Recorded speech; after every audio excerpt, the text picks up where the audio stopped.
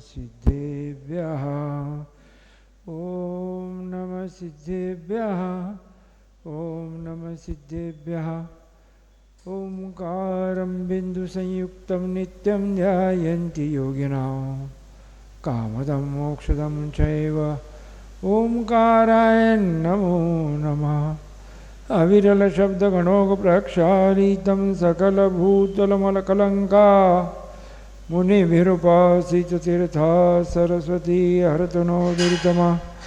अज्ञानतिमिरान्धानां ज्ञानाञ्जनशलाकया चक्षुरन्मिलितमेन तस्मै श्रीगुरुवे नमः। परं गुरुवे नमः परम्पराचार्यगुरुवे नमः।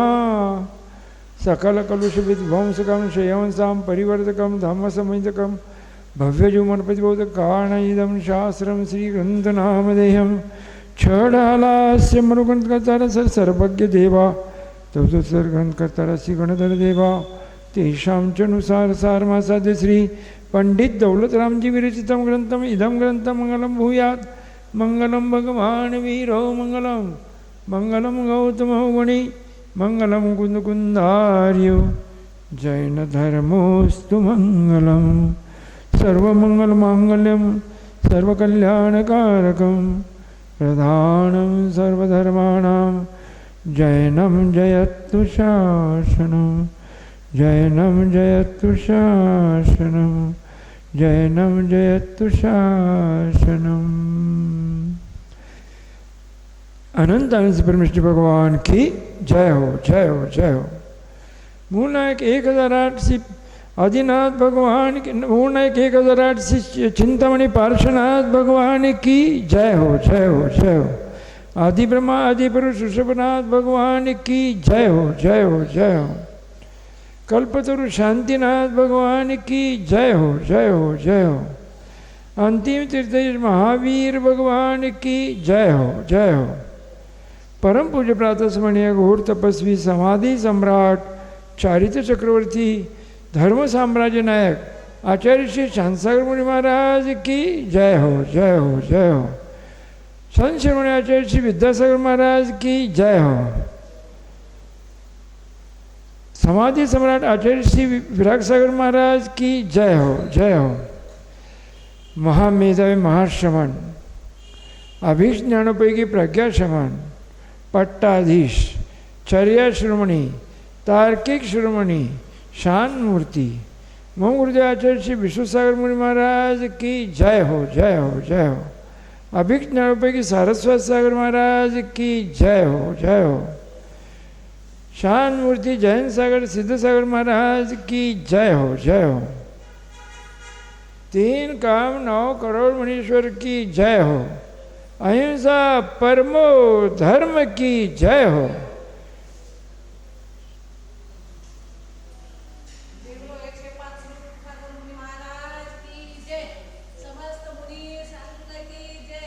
तो 6 ढाले का स्वाध्याय चालू है। कल हम आपको एकच आहे सगळे घेऊन गेले आणि ते प्रिंट केलेलं पण तिथलं महोत्सव जाऊ द्या ते बघू आपण नंतर। तर काल मी तुम्हाला एक मेडिटेशन सांगितलं होतं त्या मेडिटेशनचे फार मोठे फायदे होतात। ते ज्यांचं विस्मरण होतं त्यांना आठवत नाही अशा विद्यार्थ्याकरता ते प्रामुख्यानं आहे।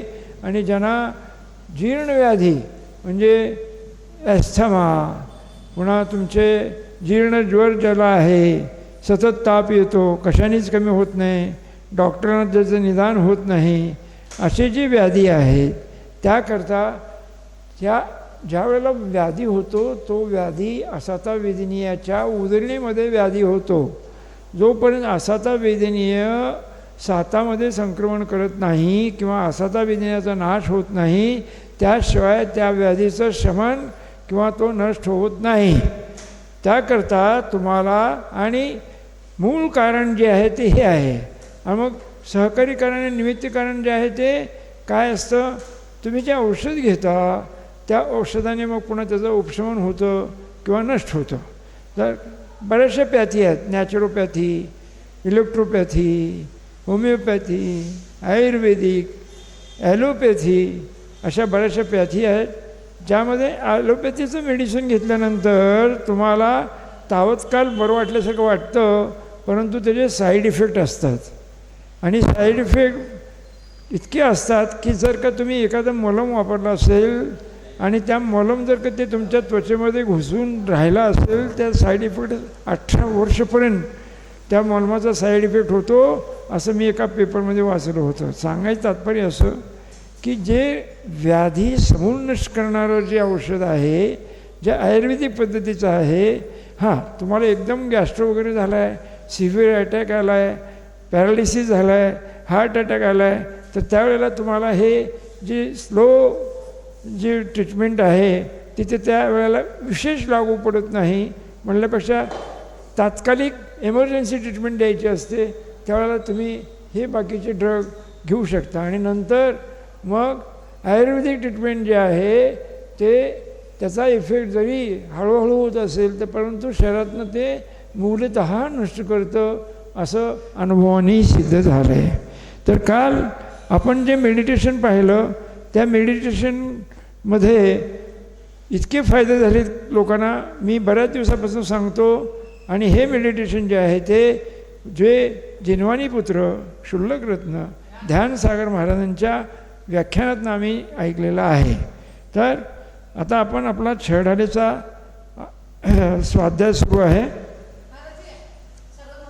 म्हणा की 3 भुवन में सा वीतराग विज्ञानता शिवस्वरूप शिव का नमो त्रियोग समारिके जय त्रिभुवन में जीव अनंत सुख चाहे दुख ते भयवंत ताते दुख हारी सुख का कहे सीख गुरु करुणाधार ताहि सुनो भवि मन थिर आन जो चाहो अपनो कल्याण मोह महामद पियो अनादि भूल आपको भरमतवादी दास ब्रह्मण की है बहु कथा भय का चुकाऊँ कई मुनि यथा काल अनंत निगोद मजा बीत एक इंद्रिय तनधा एक श्वास में 8-10 बार जन्म्यो मर्यो पर्यो दुख बार निकसी भूमि जल पावक भयो पवन प्रत्येक वनस्पति थयो दुर्लभ लही जो चिंतामणि तो पर्याय लही त्रसतणी लट पिपिल अली आदि शरीर दर दर मर्यो सही भोपे कबहु पंच इंद्रिय पशु भयो मन बिन निपट अज्ञानी थयो सिंहादिक सैनी वै क्रूर निपल पशु अति खाए वो कबहु आप भयो बलहीन सबल निकरी खायो अति दीन छेदन भेदन भूख पियास बारवा नहीं मात पथरा वध बंधन दिख दुख घने कोटि जीव ते जात न बने अति संक्लेश भाव ते मरियो घोर प्रसागर में परो तहा भूमि सो भिक्षु सास डसे नहीं तिसो तहाराद शोणित वाहिनी कृमिकुल कलित देहदायिनी सेमर तरुदल दुत असिपत्र असिजो देह विधारे तत्र मेरु समान लोह गली जाए ऐसी शीत उष्णता था तिल तिल करे देह के खंड असुर विढ़ावे दुष्ट प्रचंड सिंधु नीर ते प्यास न जाए तोप न एक न बुंदलाय तीन लोक को लाज जुखाए बिटे न भूख कणाण लया हे दुःख बहु सागर ल्यो सहे कर्म जोग ते नरगती लये जननी उदर बस्यो नो मास अंग संकुच दैवाई त्रास निकसत जे दुख पाए घोर तन आवे वो बालपने में ज्ञान न लइयो तरुण समय तरुणी तरतरइयो अर्धमूर्तक सम बुढ़ापनो कैसे रूप लखे आपनो कभी अकाम निर्जरा करे भवन में सुरतन धरे विषय चाहदा भानल धैयो मरत विलाप करत दुख सह्यो जो विमानवासी थाय सम्यक दर्शन बिन दुख पाय तते चैतावर धरे यो परिवर्तन पूरे करे परिवर्तन पूरे करे यो परिवर्तन पुरे करे. तर काल आपण पाहिलं की गर्भामध्ये ज्यावेळेला आपण गर्भया रूपानं होतो आईच्या त्यावेळेला आपल्याला किती त्रास होतो, पण त्याचं वेदन जे आपण घेतलेलं असतं त्यावेळेला आपल्याला क्षौक्षमिक ज्ञान अति अल्प असतं, त्यामुळे त्याचं वेदन पण थोडंसं, वेदना तर भरपूर असतात पण वेदन थोडंसं जेवढा क्षौक्षम आहे तेवढंच जाणीवेत येतं. लक्षात ठेवायचं, जितका क्षौक्षम आहे जेवढं जाणीवेत येतं तेवढीच त्याला वेदना. वेदना तर प्रचंड असतात. हां, नाही आठवण राहत नाही, कारण विस्मरण होतं. आणि विस्मरण जर नाही झालं असतं तर प्रत्येक मनुष्य वेडा झाला असता, वेडा. कळलं का? म्हणून विस्मरण ही देणगी आहे आपल्याला. आणि विस्मरणाकरता बरेचसे पुन्हा त्याचे चिंतन आहे की वस्तुनिष्ठ विज्ञानाचं चिंतन करायचं की अनादिकालापासून अनंत भावामध्ये सगळ्या योनीमध्ये चारही प्रकारची जी आहे ना, नरकगती, तिर्यनगती, देवगती, मनुष्यगती, इथं मी किती आहे अनंत वेळा हे द्रव्य परिवर्तन आणि नोकर्म, द्रव्य परिवर्तन आणि नोकर्म परिवर्तन हे जर तुम्ही वाचलं तर अंगावर शहारे उभी राहतील. कोणताही परमाणू आपण शिल्लक ठेवला नाही, कोणताही प्रदेश आपण शिल्लक ठेवला नाही. ते सगळे परमाणू आपण त्याचा भोग घेतला आहे. सगळे अवसर्पिणी आणि उत्सर्पिणी कालातले सगळे समय, त्या प्रत्येक समयात आपण हे द्रव्य क्षेत्र काल आणि भव, हे जे भव आणि भाव असं जे पंचपरावर्तन रूप जे संसारचं परिभ्रमण आहे त्या अनादिकालापासून आपण केले. निगोदातनं निघालो आणि स्थावरपर्यंत गेलो. निगोदात किती काळ घेतो त्याचा पत्ता नाही किती असेल ते, पण त्यावेळेला जर भव्य होतो आणि मग आपण अभव्य पण बाहेर निघू शकतात. कारण त्या ठिकाणी अत्यंत प्रचुर भाव कलंक दुर्लेशा आणि अल्प प्रचुर भाव कलंक दुर्लेशा असं वर्णन केलेलं आहे. जे अत्यंत प्रचुर भाव कलंक दुर्लेशावाले कधीही निगोदातनं बाहेर निघाले नाहीत आणि ह्याच्या पुढे देखील कधीही निगोदातनं बाहेर निघणार नाहीत. त्यांच्या लेशेचं वर्णन गोमटसार कर्मकांडामध्ये असं केलेलं आहे की त्या लेशेचं वर्णन अत्यंत प्रचुर भाव कलंक दुर्लेशा. आणि त्याच नित्यनिगोदामध्ये दुसऱ्या एक क्लेशाचं वर्णन केलेलं आहे, ते म्हणजे अल्पप्रचुर भाव कलंक दुर्लेशा. आणि अल्पप्रचुर भाव कलंक दुर्लेशावाले अनादिकालापासनं 6 महिने 8 समयामध्ये 608 जीव बाहेर पडतात. आणि तेवढेच पुन्हा परिभ्रमण करत करत करत काय होतं, ते अगोदर स्थावरपर्यायात जातात. स्थावरपर्यायामध्ये पृथ्वी कायक, जल कायक, अग्नी कायक, वायू कायक आणि वनस्पती असे हे स्थावरपर्याय धारण करून अनंत पुद्गल परिवर्तन काल. किती अनंत, मी अगोदर असंख्यात वाचलं होतं, पण एका ठिकाणी अनंत पुद्गल परिवर्तन त्यावेळेला मला एकदम अंगावर काट आला. अरे ही आपली तुमची सगळ्यांची प्रत्येकाची ही भ्रमणाची ही जी प्रक्रिया आहे म्हणजे मी पण एवढं भ्रमण करत आलो. मग कसा तरी मला काय होतं, माझं त्या स्थावरपर्यायामध्ये तिथं त्या ठिकाणी किंचित उपयोग शुभ होतो आणि कशात मंदता होते आणि मग आपल्याला काकतालीय न्याय म्हणजे फांदी तुटाला आणि ते पण आहे आणि त्या भाकरीच्या तुकड्याचं पण उदाहरण देतात चटकन काकतालीय न्याय त्या न्यायाने आपल्याला त्रसपर्याय मिळते. त्रसपर्याय म्हणजे द्विंद्रियापासून ते संगी पंचेंद्रियापर्यंतचे जे जीव आहेत त्याला म्हणायचं त्रसपर्याय. तर विकलेंद्रियामध्येच आपलं बराचसा काळ जातो. द्विंद्रिय त्रिंद्रिय आणि चतुर्ंद्रिय ह्यांना म्हणायचं विकलेंद्रिय. आणि पंचेंद्रियामध्ये असंगी पंचेंद्रिय ज्यांना मनरहित जे आहेत काही तिरेंच्यामध्ये असतात हे मनरहित जे आहेत ते कोण काही साप असतात काही बेडकं असतात हां आणि काही तोते पण असतात हां म्हणजे पोपट असे जे आहेत ना त्यांना देखील मन नसतं असं काही सगळेच आहे असं नाही काही असतात आणि त्यांना मन नसतं त्याला म्हणायचं असंज्ञी.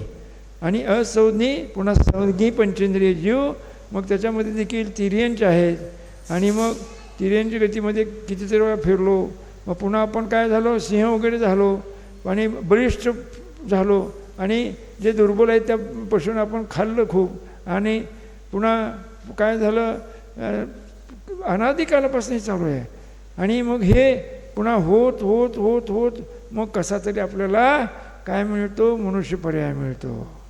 आणि मनुष्यपर्यायामध्ये जर आपण 7 तत्वाचं 6 द्रव्याचं चिंतन नाही केलं आणि आपल्या जर संसाराचा किनारा नजीक आला आपण जर निकट भव्य असलो तर मग आपल्याला काय होतं अर्धपुद्गल परावर्तन काल आपला येतो आणि त्यावेळेला मग काय होतं पहिल्याला आपल्याला सम्यक दर्शनाची प्राप्ती होते आणि ही शृंखला त्यावेळेला मग तुटते. सम्यक दर्शन म्हणजे काय आहे 7 तत्व जशी आहेत 6 द्रव्य जशी आहेत तसं मानणं त्याच्यात कमी जास्त काही न करणं ह्याला म्हणायचं सम्यक समीचीन श्रद्धा.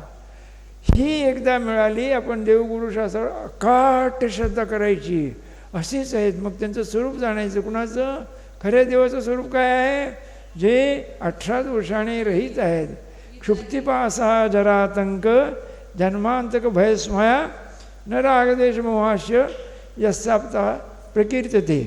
तर 18 दोषाने रहित आणि 46 गुणाने सहित जन्माचे 10 अतिशय केवळ ज्ञानाचे 10 अतिशय देवक्रोध 14 अतिशय अष्टप्रातिहार्य आणि अनंत चतुष्टय. अनंत चतुष्टय कोणकोणते आहेत अनंत ज्ञान अनंत दर्शन अनंत वीर्य अरे अनंत सुख असे 46 गुणाने जे सहित आहेत.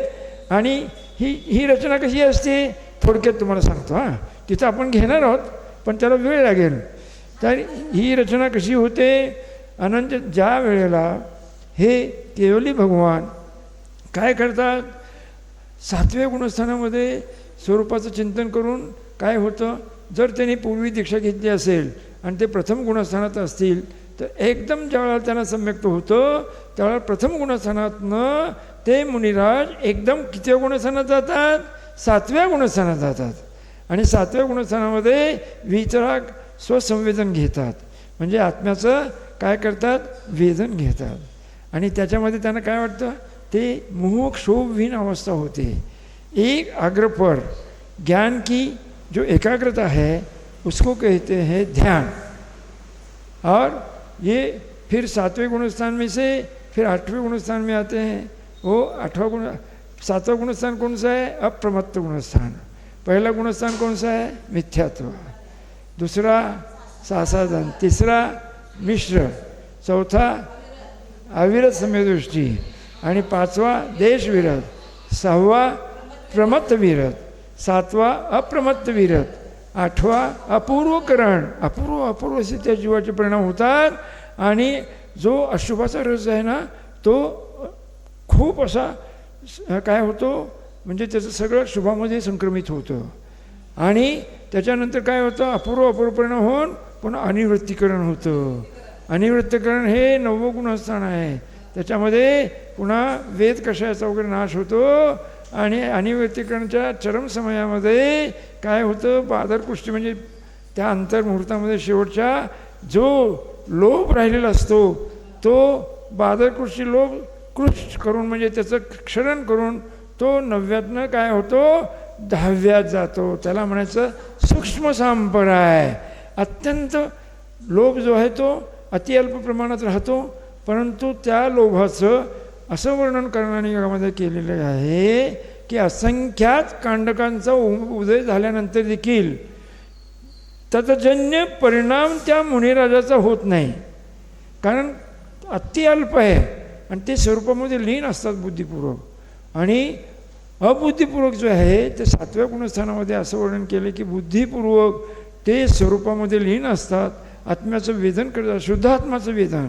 ते शुद्धात्माचं वेदन कसं करायला सांगितलं आहे? मी ज्ञानावरणादी कर्मारहित जे आहेत, जे ज्ञानावरणादी कर्म आहेत त्याच्या रहित आहे मी, आणि शुभाशुभ विकारापासून मी रहित आहे, शरीरादी नवकर्मापासून रहित आहे. मी एक काय आहे असंख्यात प्रदेशी ज्ञातादृष्टा, एक अखंड ध्रुव शान असा मी ध्रुव आत्मा आहे. हे त्यांच्या जाणीवीत येतं. आपण जे आहे ते परोक्ष करतो आणि मुनिराज जे आहे ते प्रत्यक्ष प्रमाणे सहित त्या निज आत्म्याचं निज शुद्धात्म्याचं वेदन करतात. आणि मग तो सूक्ष्म संप्रदायवाला काय करतो, त्या 10व्याच्या अंती काय होतं, तो सूक्ष्म लोभ पण त्या ठिकाणी नष्ट होऊन जळालेली रस्ती म्हणजे काय होतं क्षीणमोह. म्हणजे क्षपक्षीणीवाला जो आहे तो कोणत्या गुणस्थानात जातो 10व्यातून? 8वे 9वे 10वे, हां एकदम 12व्या गुणस्थानात जातो क्षपक्षीणीवाला. आणि त्या ठिकाणी क्षीणमोह होतो. त्या गुणस्थानाचं नाव काय आहे? क्षीणमोह होतो. क्षीणमोहाचा अर्थ असा आहे, आगमामध्ये असं वर्णन केलेलं आहे की जळालेली रस्सी, ती जळालेली रस्सी तुम्ही उचलली तर सगळं काय होईल, राख राख असते, ती बांधण्याकरता उपयोगी येत नाही.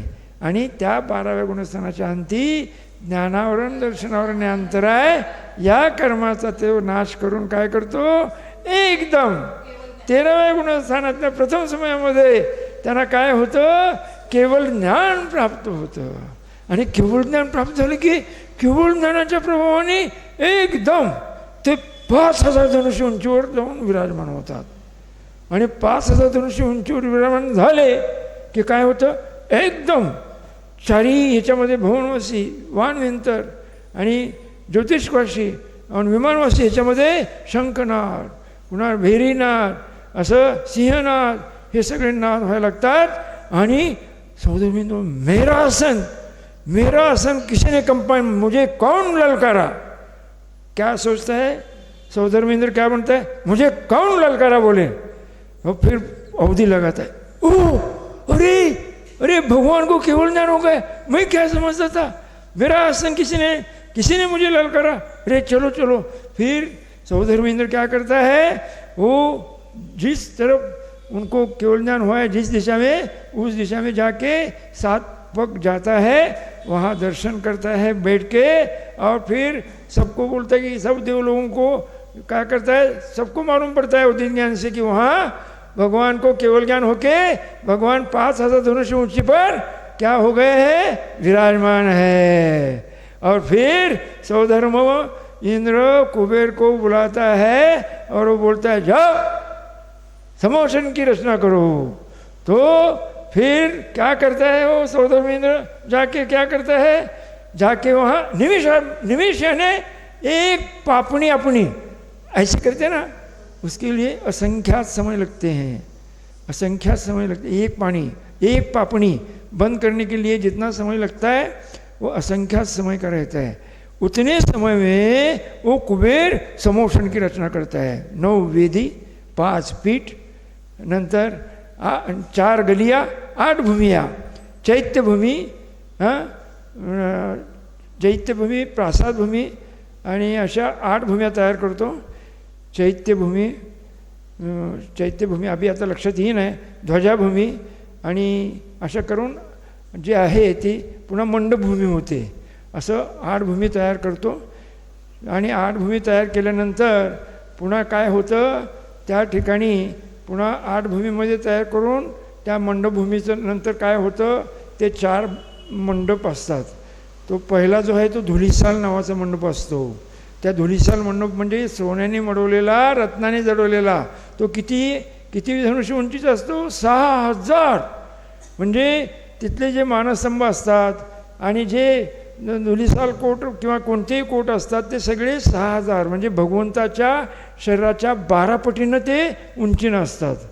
हां, चैत्यभूमी, खातिकाभूमी, उपवनभूमी आणि असे भूमी असतात.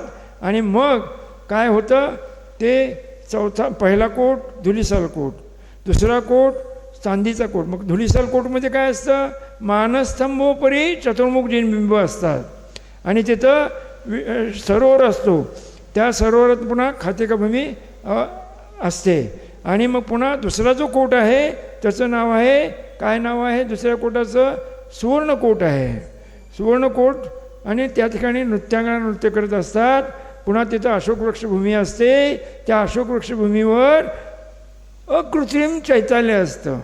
त्या अकृत्रिम चैत्यालयामध्ये 500 धनुष्य उंचीचे आणि 108 असे जिनबिंब असतात. किती असतात? 108. त्यांचे केश कसे असतात? काळे असतात आणि ओठ लाल असतात. साक्षात तीर्थंकरासारखं तिथं पण अकृत्रिम जिनबिंब असतं. कळलं का? आणि नंतर मग काय होतं त्याच्यानंतर ते पुन्हा त्यांचा रंग जो असतो तो सुवर्णासारखा असतो. आणि असं करत करत पुन्हा काय होतं, तो हा कितवा कोट झाला? दुसरा कोट झाला. तिसरा कोट चांदीचा कोट असतो. मग त्या ठिकाणी ध्वजाभूमी आणि अशा सगळ्या भूमी असतात. आणि त्या भूमी झाल्यानंतर पुन्हा कल्पवृक्षभूमी आणि बडे त्याच्या हे असतात. मग तिथं सिद्धांच्या मूर्त्या असतात आणि भवनुकी पंक्ती असते. आणि त्या भवनुकी पंक्तीनंतर जे आहे ते 16 स्तंभ असतात. 16 स्तंभावर श्रीमंडप असतो. श्रीमंडपाच्या आतमध्ये काय असतं? 3 कटणी असतात. 3 कटणीवर गंधकुटी असते. गंधकुटीवर सिंहासन असतं. त्या सिंहासनावर प्रभू 4 इंच अधर विराजमान राहतात. म्हणजे हे सगळं कुबेर तिथं तयार करतो. आणि हे जे चिंतन आहे काय, 4 कोट 9 वेदी 5 पीठ 4 गलिया 8 भूमिया. आणि त्याचं प्रभू जे आहे ते त्या 3 कटणीवर जे आहे त्याच्यावर जे सिंहासन आहे त्या सिंहासनावर 4 अंगुल विराजमान असतात. अशा प्रभूचं जे चिंतन करणं त्याला म्हणायचं रूपच ध्यान. समोर शरणास्थित जे प्रभू आहेत त्यांचं चिंतन करायचं. आणि मग तिथं काय म्हणायचं? हे प्रभू तुम्ही जसे अनंत चतुष्टयाने पूर्ण आहात तसाच मी ज्ञान दर्शन चारित्र्य वीर्य श्रद्धा इत्यादी गुणाने परिपूर्ण आहे. मी पण अनंत चतुष्टय स्वरूपी आहे. काय? मी पण अनंत चतुष्टय स्वरूपी आहे. हे समोर स्थित जे प्रभू आहेत जसे आहेत तसाच मी आहे. फक्त त्यांनी काय केलं? ते जीवनमुक्त झाले. त्यांनी काय केलं? केवळ ज्ञान प्राप्त केलं. 4 घातीकर्माचा नाश केला. घातीकर्म कोणकोणती आहेत? ज्ञानावरण, दर्शनावरण, मोहनी, अंतराय. आणि मग त्यांना काय व्यक्त झालं? अनंत ज्ञान, अनंत दर्शन, अनंत वीर्य, अनंत सुख हे त्यांना व्यक्त झालं. त्याला म्हणायचं अनंत चतुष्टय. आणि ते 4 अंगुल त्या सिंहासनावर अधर असतात. त्याच्यावर बसत नाहीत. हा सगळं त्यांच्या कशामुळं? जी ह्या संपूर्ण विश्वामध्ये एक प्रकृती आहे 148 प्रकृतीमध्ये. ती प्रकृती ठहरका मचानेवाली प्रकृती आहे, पुण्य प्रकृती. त्या प्रकृतीचं नाव आहे पुण्यफला अरिहंता. म्हणजे कोणती प्रकृती? तीर्थंकर नाम प्रकृती आहे. अहो त्या तीर्थंकर प्रकृतीचा असा काही प्रभाव आहे की गर्भात येण्याच्या अगोदर 6 महिने कुबेर त्या तीर्थंकरांच्या माता पिताच्या घरावर रत्नवृष्टी करतो. आणि गर्भात आल्यावर 9 महिने ही रत्नवृष्टी चालू असते. अशी 15 महिने काय होतं? रत्नवृष्टी करतो. ह्या कशाचा प्रभाव आहे? ह्या तीर्थंकर नाम प्रकृतीचा. अजून उदय चालू झाला नाही बरं का, अजून सत्तेमध्येच आहे. त्या तीर्थंकर नाम प्रकृतीचा उदय जो आहे ते 13व्या गुणस्थानामध्ये होतो. आणि ही जी आहे टहलकामाची ही पुण्यफलावर यांचा सगळ्यात उत्कृष्ट पुण्य प्रकृती जर कोणती असेल तर तीर्थंकर नाम प्रकृती आहे. मग ह्या तीर्थंकर नाम प्रकृतीचा बंध 2 प्रकारे होतो. तसं तर षोडश कारण भावनेचं चिंतन केलं. षोडश कारण भावनेचं चिंतन जे आहे तीर्थंकरांच्या पादमुलात किंवा जे काय म्हणतात त्याला श्रुतकेवली का केवली यांच्या पादमुलात त्याचा जन्य परिणाम होण्याकरता एवढे विशुद्ध परिणाम झाल्याशिवाय ही तीर्थंकर नाम प्रकृतीचा बंध पडत नाही.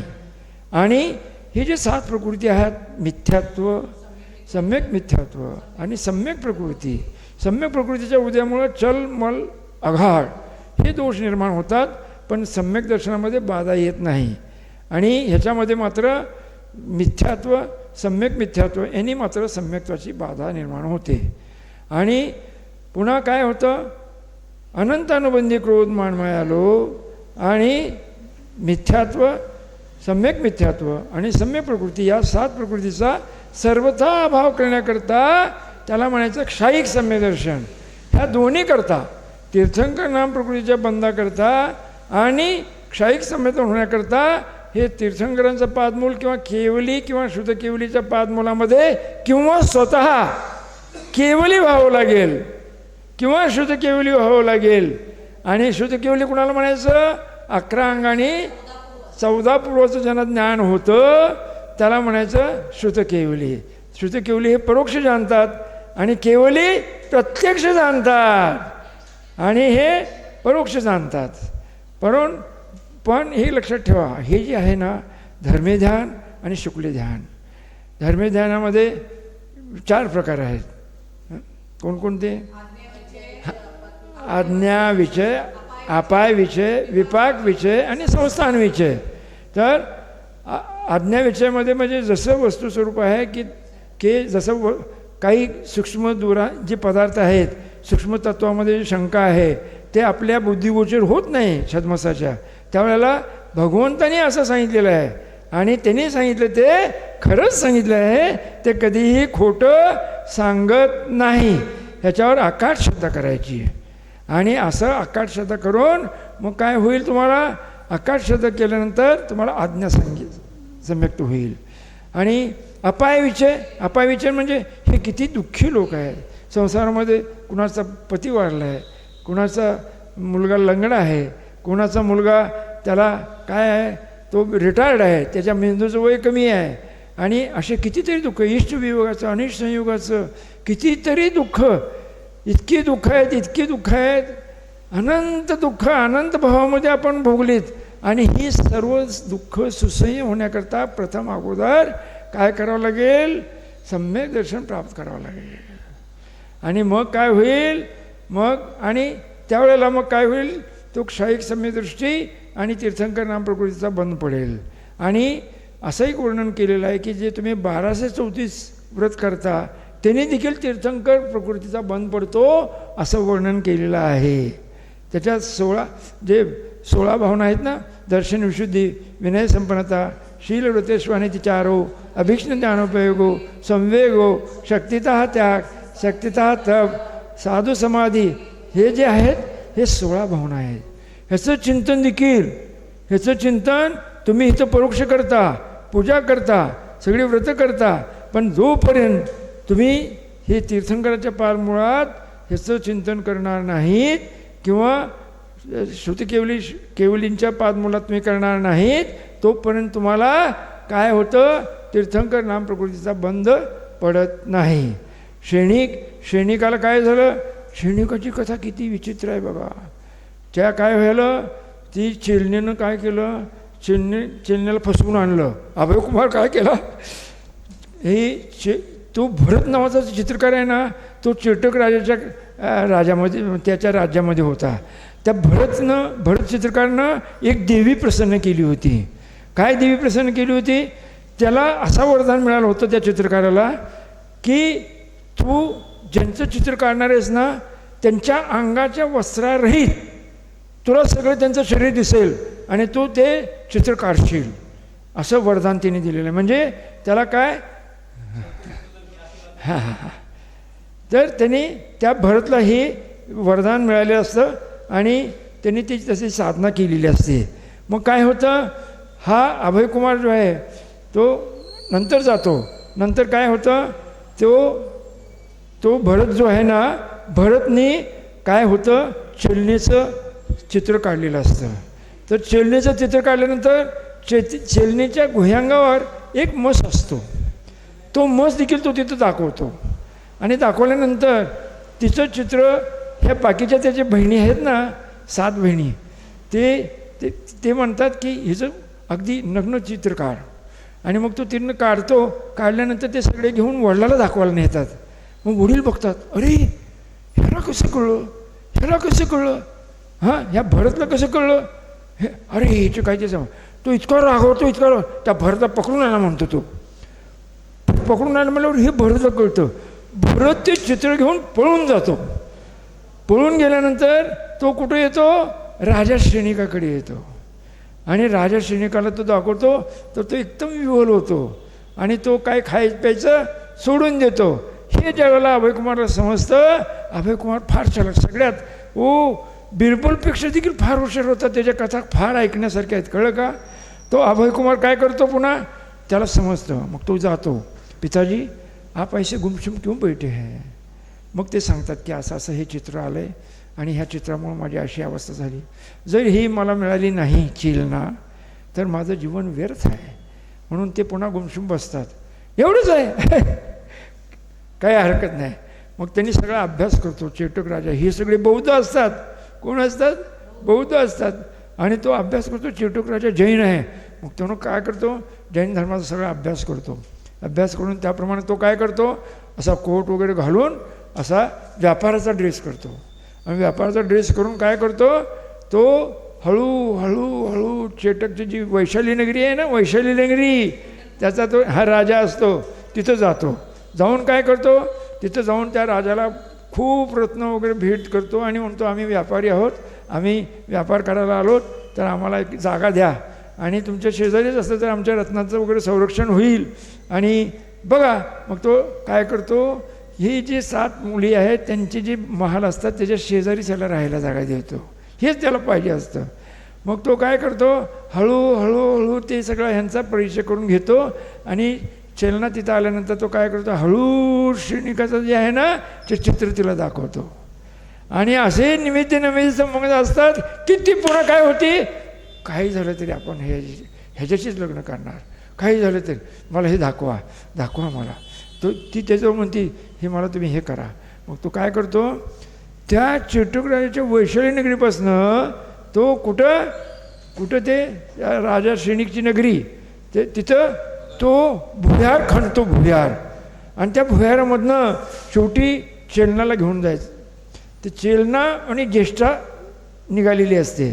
तर ती चेलना तिथं जायच्या अगोदर त्या भुयारात ज्यावेळेला प्रवेश करतो करायचं असतं त्यावेळेला ती म्हणते अरे माझे दागिने राहिले आणि मी भगवंताचं दर्शन करते, तो भगवंताची प्रतिमा पण राहिली.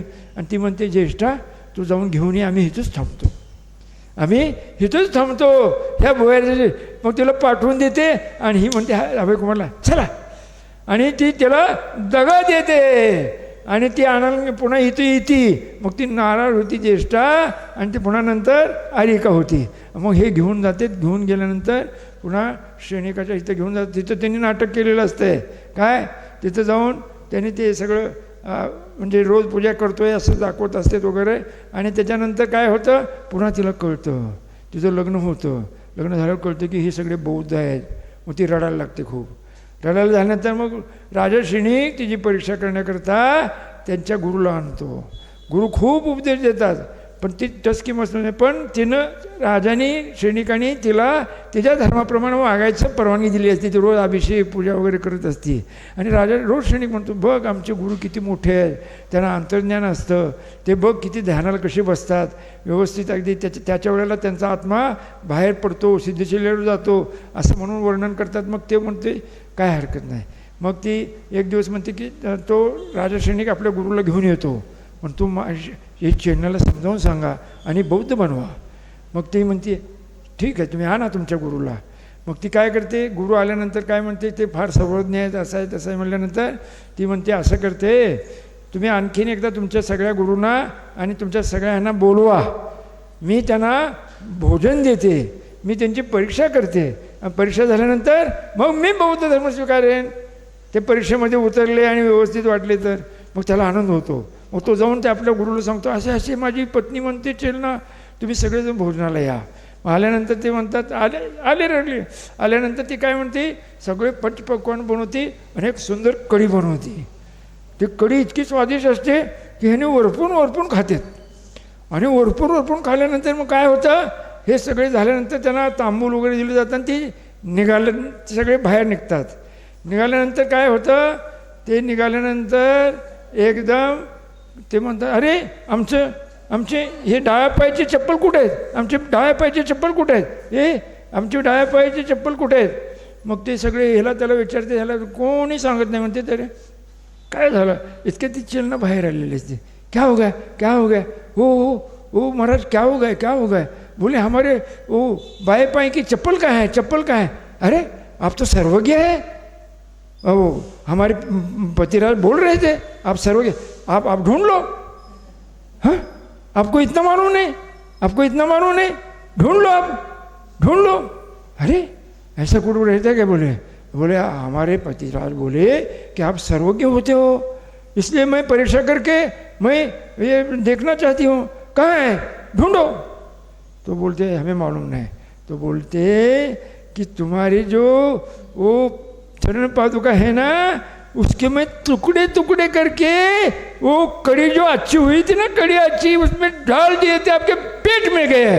हो ऐसा करते बहुत गुस्सा करे, वो उल्टी कर दे और सब निकल गए.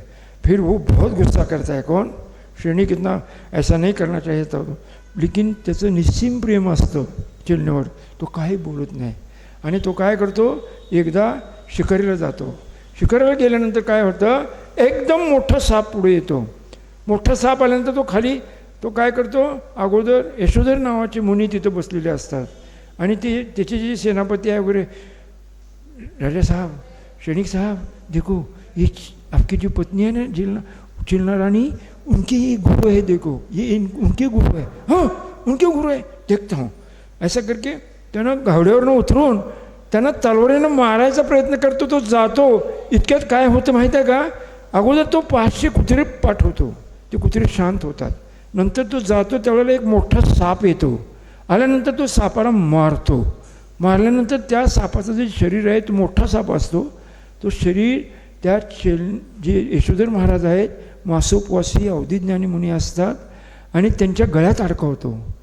आणि त्यांच्या गळ्यात अडकवल्यानंतर काय होतं, गळ्यात अडकवल्यानंतर तो काय म्हणतो, बघतो आता हे काय टाकून देते, जाईल ते म्हणले, कशाला राहते माहीत आहे म्हणलं मला. असं करून तो निघून जातो. निघून गेल्यानंतर जाऊन म्हणतो, बघू आता काय होतं. आणि तो गेल्या मी सांगतो मला, ते राजकारणाच्या त्या कामाच्या व्यापार तो 3 दिवस विसरून जातो सांगायचं. आणि तिसऱ्या दिवशी रात्री म्हणतो तो, देखता बोले मैं भी तेरे गुरु की परीक्षा की. बोले क्या किया आपने, क्या किया. तो वो बोलता है कि मैं एक सांप का कलेवर तेरे एक गुरु थे उसके गले में डाल. हे नाथ आपने क्या किया, ये भयंकर पाप किया, आपको नरक का बन पड़ा. जोरात रडती थी, जोरात चिल्लाती, हे नाथ आपने बहुत बुरा.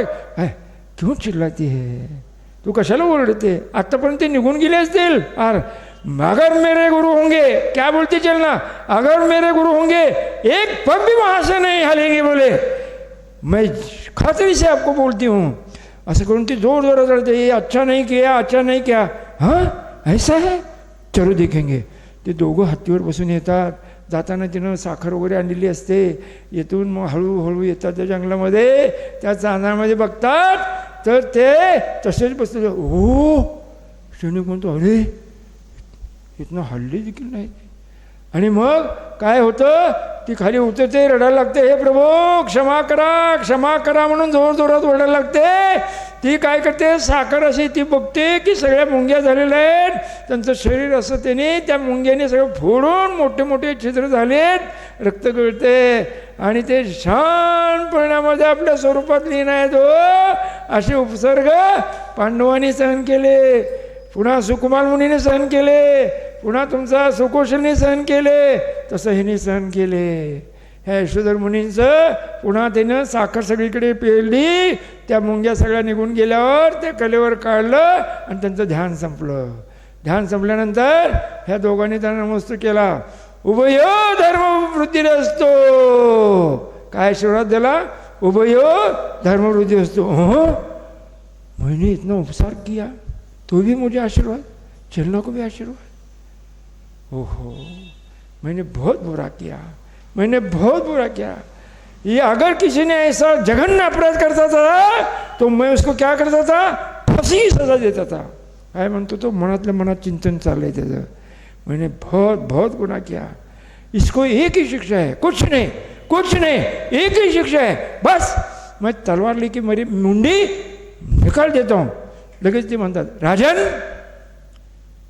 यशोधर मुनी अवधीत ज्ञानी असतात, ते म्हणतात, राजन मस्तक छटने का विचार नहीं करना. ओ, इनको कैसा समझ गया, इसको कैसा समझ गया, इनको कैसा समझ गया. फिर चलना म्हणते, राजन आप इनको कम मत समझो, ये अवधीत ज्ञानी मुनि है, आपके सब भाव भी बता सकते हैं, ऐसा इनको मत कम समझो. फिर राजन ऐसा नहीं करना. फिर उसको इतना पश्चाताप होता है. ज्या क्षणी तो तलवार घेऊन जातो त्या क्षणी त्याला 7व्या नरकाचे बंद पडले असतात, त्याला वज्रवृषभ नाराचं संबंध नसतं, आणि त्या क्षणी त्याला पश्चाताप होतो. पश्चाताप झाल्यानंतर देखील पुन्हा काय होतं? पश्चाताप होतो आणि पश्चातापाने तो दग्ध होतो. त्याच वेळेला त्याचं काय होतं? त्याचं पुन्हा मग त्याचं तो म्हणतो पुन्हा काय होतं? पुन्हा बदलतो तो. पुन्हा त्याचे गुरु म्हणतात, अरे हे फार चमत्कारिक लोक असतात, ह्याच्यावर विश्वास ठेवू नको, यांची परीक्षा करावी लागते. तू एकाएकी तो आप बोले हो राजन. कोण म्हणते? हे त्याचा जो बौद्ध गुरु आहे तो बोलू, आप परीक्षा करो. मग तो नंतर परीक्षा करतो. एक गुणसागर नावाचे मुनी असतात, एक मणिपाल नावाचे मुनी असतात, एक दुसरे 2 मुनी असतात. तो काय म्हणतो? आपण आहारदान करू. चलनेला म्हणतो आपण आहारदान करू, आणि आहारदान करू म्हणून तो काय करतो? ते सगळे त्या 4ही मुनींना तो आव्हान करतो. केल्यानंतर तो काय करतो? पहिल्यांदा जे आहे ते एक मुनी येतात. आल्यानंतर ते चलना म्हणते, हे मुनिराज अत्र तिष्ठ तिष्ठ, हे त्रय गुप्तीधारक मुनिराज. ते काय म्हणती? चलना म्हणते, हे त्रय गुप्तीधारक मुनिराज अत्र तिष्ठ तिष्ठ ठठ. आणि आहार पाणी शुद्ध आहे. ते पहिले मुनी येतात. अरे चलना तो बोल रही, बोले रानी कि त्रय गुप्तीधारक, मेरा तो शरीर गुप्ती नहीं रह गई, फिर मैं नहीं जाऊँगा. फिर दूसरे मुनिराज आते हैं, और दूसरे मुनिराज है उनकी वचन गुप्ती नहीं रहती. फिर तीसरे मुनिराज आते, उनकी काय वचन और मन गुप्ती नहीं रहती. फिर गुणसागर नाम के जो अवधूत ज्ञानी मुनी है वो त्रय गुप्तीधारक यानी 3 गुप्तीधारक असतात. ते असे अंजुली घेऊन येतात. त्यावेळेला अत्र तिष्ठ तिष्ठ पडघाण करतात आणि ते आहाराकरता म्हणून त्या कक्षेमध्ये घेऊन जातात. गेल्यानंतर एकदम ते अवधूत ज्ञानी मुनी असतात आणि ते म्हणतात, त्यांना लगेच संशय येतो, अरे इथं काहीतरी गडबड आहे. मग ते अवधूत ज्ञानाने विचार करतात, काय गडबड आहे? मग ते लगेच हात सोडतात, अंजली सोडतात आणि निघून जायला लागतात. निघून जातात. निघून गेले तर 4ही मुनी गेले. मग तो पिरपिर करतो, 4 मुनिराज का हमने पडघाण किया, एक भी नहीं आया, एक भी नहीं आया, अच्छी बात नहीं हुई. तर ती म्हणते, ऐसा करेंगे हम उधर जाके देखेंगे. फिर उधर जाके की जय.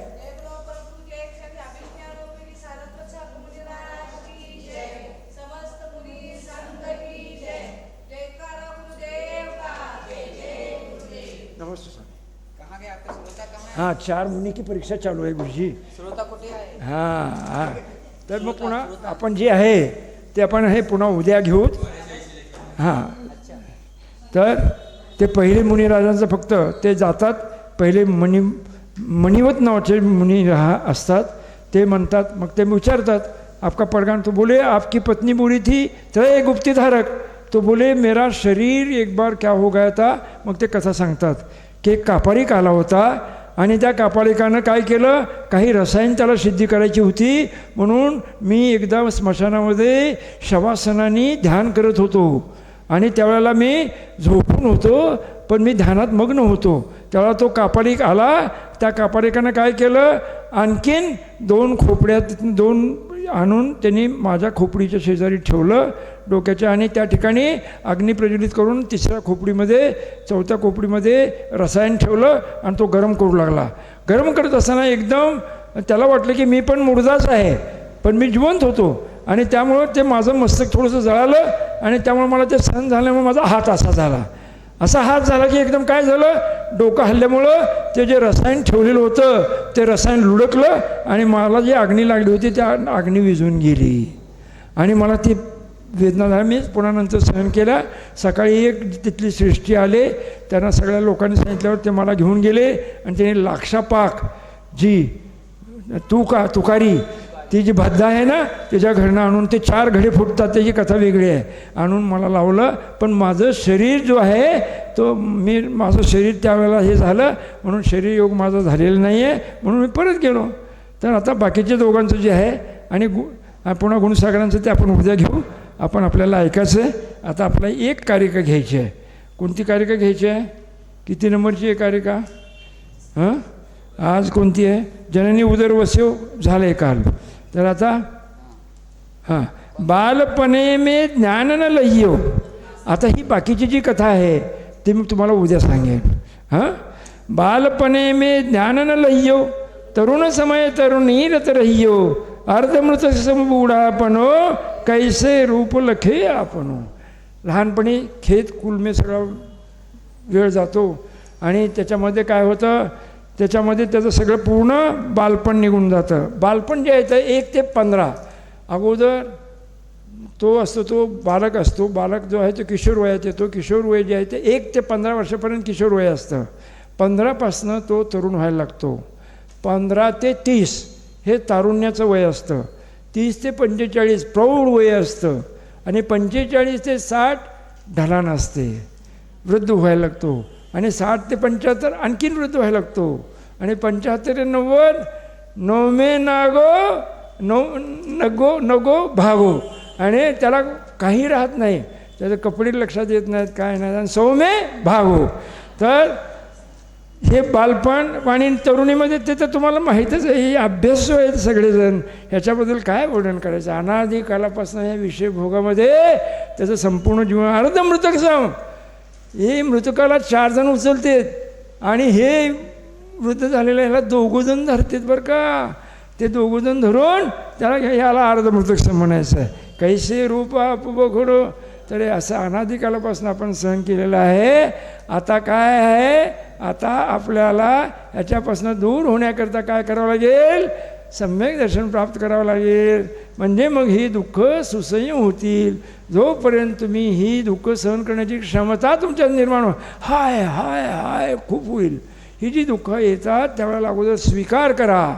जे जे आपल्या जीवनामध्ये शुभ अशुभ घडतं, काही इन्सिडेंट घडतात, ॲक्सिडेंट होतो, हे होतो, ते अगोदर त्याचा स्वीकार करायचा. हे स्वीकार करण्याकरता केव्हा करेल, ज्या वेळेला तो भेदविज्ञान करून मी वेगळा आहे, माझं स्वरूप वेगळं आहे, हे शरीराचं स्वरूप वेगळं आहे, संसाराचं स्वरूप सगळं पाहून तो म्हणतो या सर्व परपदापासून भिन्न एक ज्ञाता दृष्टा मी असा आहे.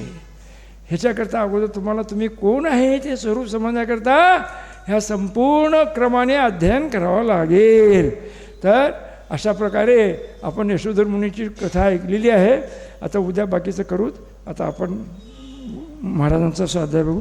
जय बोलो 24 भगवान की. मम गुरुदेव आचार्य श्री विश्वनाथ सागरजी महाराज की जय. अभिज्ञानोपयोगी आचार्य श्री सारस्वत सागर महाराज की जय.